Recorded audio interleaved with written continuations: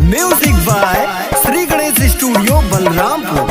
बोल सच्चा दरबार की। गौवा में आईली देवी मायरिया नाचे पुजरिया उड़ के चुनरिया गौवा में आईली देवी मायरिया नाचे पुजरिया उड़ के चुनरिया देवी माई के मूर्ति देखेला देवी माई के मूर्ति देखेला जुटल बपूरा गौवा नगरिया गौवा में आईली देवी मायरिया नाचे पुजरिया उड़ के चुनरिया गौवा में आईली देवी मायरिया नाचे पुजरिया उड़ के चुनरिया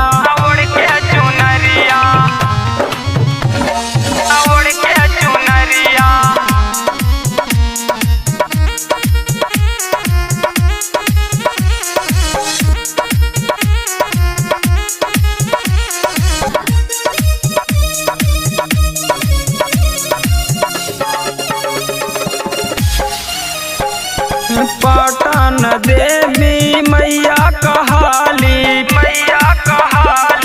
पटन देवी मैया कहाली बारली भगतन के झोली खाली जे भी आवेला माई के दर पे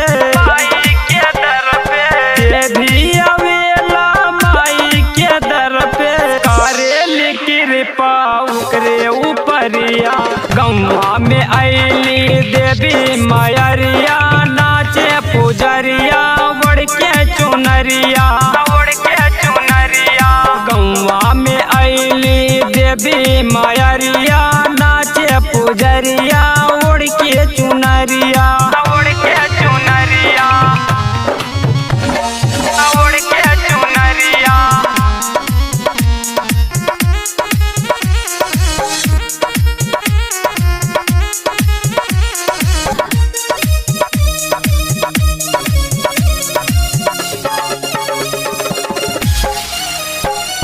माहेश गिरी गाँव में माँ के भजनिया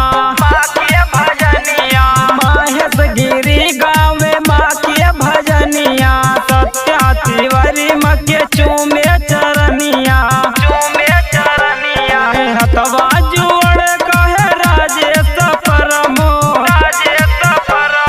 हतवा जोड़ कहे राजेश परमो दे हमरो पे फेरी न अपन नजरिया गौवा में आईली देवी मायरिया नाचे पुजरिया उड़ के चुनरिया